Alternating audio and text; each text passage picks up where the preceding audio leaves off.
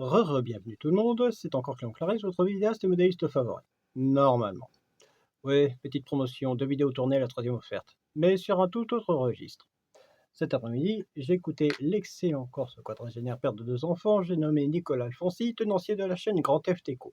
Je vous la recommande, il n'y a rien de tel pour comprendre l'économie. La vraie.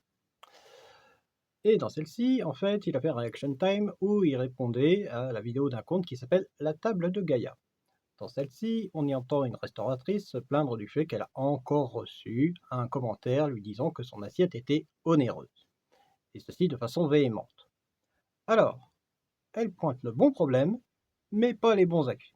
En effet, elle explique que son prix est élevé car c'est le prix de la qualité, c'est le prix pour manger local, que c'est ce qui explique la plus-value, et que ça évite d'avoir affaire à des enfants chinois réduits à l'esclavage.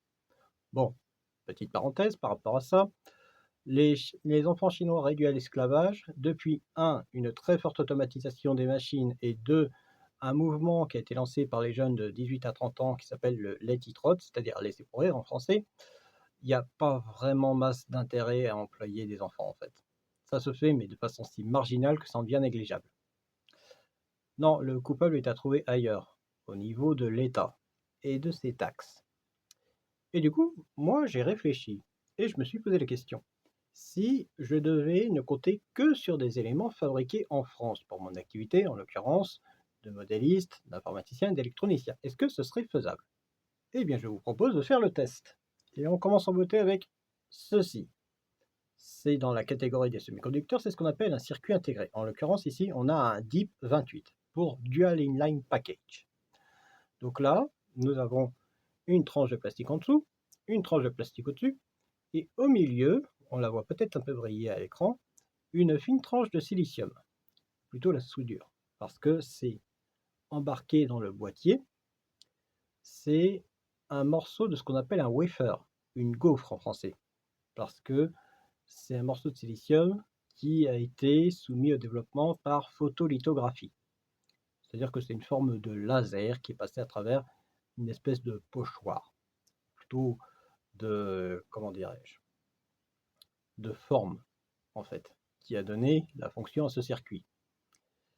Et ça, du coup, ça a permis de fournir un circuit intégré. Intégré parce qu'il est intégré au boîtier. En France, à ma connaissance, je le précise tout de suite, nous avons 4 sites ST Microelectronics, dont un à Rennes qui s'occupe de fabriquer les semi-conducteurs. Les 3 autres sites étant dans la partie primaire, dont celui de Crolles dans l'Isère, ou celui de Tours.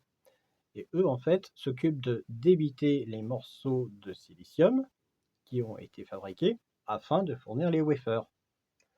Donc il faut les deux. Problème, c'est que même par rapport à des circuits dans lesquels ils pourraient être potentiellement spécialisés comme l'ULN 2803A ou le STM32, qui est leur microcontrôleur, je doute qu'ils fabriquent ça à Rennes, étant donné qu'apparemment ils seraient spécialisés dans l'aérospatial et l'automobile. Donc, mauvaise pioche. Vers qui je dois me tourner? Inratablement, l'étranger. Alors ça, c'est déjà un truc qui n'est pas gagné. Maintenant, deuxième exemple, qui aurait pu être, cela dit, un poil plus local, puisque c'est une usine qui a fabriqué notamment ceci. Je parle de la plaque. Précédemment, je vous ai parlé des circuits intégrés, des composants là-dedans. Là, je vous parle des circuits imprimés, donc de la plaque qui supporte les circuits intégrés. Je dis local parce qu'il y a environ 15 ans de ça, à Mirebeau-sur-Bèze, à quelques kilomètres de chez moi, il y avait l'entreprise Neltec qui faisait ce genre de semi-conducteurs. Oui, il faut le savoir. Les circuits intégrés comme les circuits imprimés sont considérés comme des semi-conducteurs, ce qui est parfaitement logique. Et ils ont fermé. Ils avaient d'abord été rachetés et ils ont fermé il y a 15 ans de ça environ. Donc qu'est-ce qui reste en France?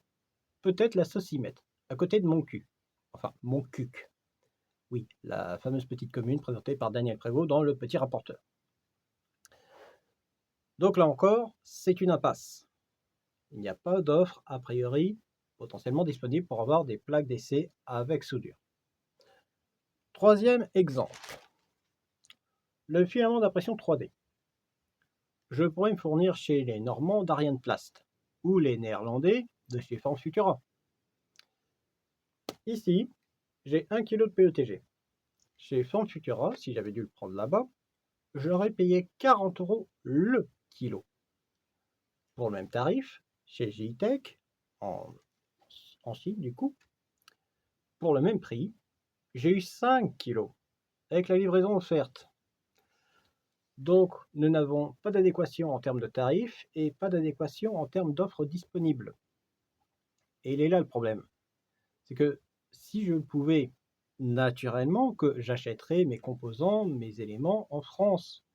Mais entre le fait que la différence de prix n'est due qu'au fait qu'il y a une forte taxation et le fait que du coup, eh bien, il n'y a pas de plus-value liée par exemple à la qualité, à la disponibilité ou même au service après-vente, bref que rien ne justifie un si grand écart de prix au-delà de la forte taxation. Donc ça c'est d'un côté et que de l'autre, il n'y ait pas d'offre tout simplement disponible en France, eh bien nous n'avons pas d'autre choix que de nous reposer sur le marché étranger, le marché international. Donc c'est un peu triste quelque part, parce que dans l'absolu, oui, je suis convaincu qu'on a certainement les espaces et qu'on peut avoir les moyens de production et la main-d'œuvre qui permettraient de répondre à ces demandes. Sauf que, en l'état actuel, en se rappelant notamment que ici en France, on a 4230 pages de code du travail, là où nos voisins suisses n'en ont même pas 80, et nos voisins américains en ont au pire 1260 dans la version étendue, ben c'est pas demain la veille que ça s'arrangera en fait. Et vous direz, mais Clément, tu nous parles de loi, de localité. Mais tout est lié, mes amis. Tout est lié. C'est ça le délire, c'est ça la tragédie. C'est que tout est lié. Et naturellement, pour le coup, ce sont des faits. C'est sensiblement neutre. Les influences ont été autant de gauche que de droite. Donc ça sert à rien de dire c'est la faute au PS, c'est la faute à l'UMP. Tout le monde a été un peu fautif, à part plus ou moins égal dans le bazar, en fait. Et c'est pas les rares candidats qui s'annoncent qui risquent de sauver le truc. Sauf peut-être deux. J'évite de dire lesquels, mais je pense que vous voyez de qui je veux parler. Donc pour l'instant, en l'état actuel, réindustrialiser le pays serait autant impossible à faire que tout simplement suicidaire. Parce que oui, j'oublie de préciser un point, on n'a pas nécessairement la main-d'œuvre qualifiée nécessaire, et peut-être encore moins l'énergie pour ces usines. D'autant plus que on a eu, il y a quelques mois de ça, le géant chinois Huawei qui a essayé de s'implanter en Alsace-Lorraine, et qui, pour une raison que je ne connais pas, peut-être la situation a évolué, je l'espère, en mieux, eh bien, a tout simplement planté ses démarches d'implantation. Oui, oui, ils les ont arrêtés, stoppés net d'un coup comme ça. Il y avait 500 emplois à la clé, 400-500 emplois à la clé, et suite à un investissement de 300 millions d'euros. Et ils ont tout arrêté. Le site, il est là, il est présent, il est très beau, il est propre, il est opérationnel, mais l'entreprise n'y est pas. Et il y a tout juste les visuels qui indiquent que ce sont des bâtiments Huawei. Donc voilà. Si c'était possible et abordable, naturellement que je serais notamment le premier à faire la promotion de prendre des éléments faits en France pour nous Français, ou même pour d'autres pays, pourquoi pas. Après tout, on a bien par exemple des restaurants japonais qui prennent du comté français via le marché international de Rungis, pour ne citer que cet exemple. Ça arrive, oui. Mais là, en l'état actuel, tout est fait pour défavoriser l'industrie et donc l'économie, plutôt que l'inverse.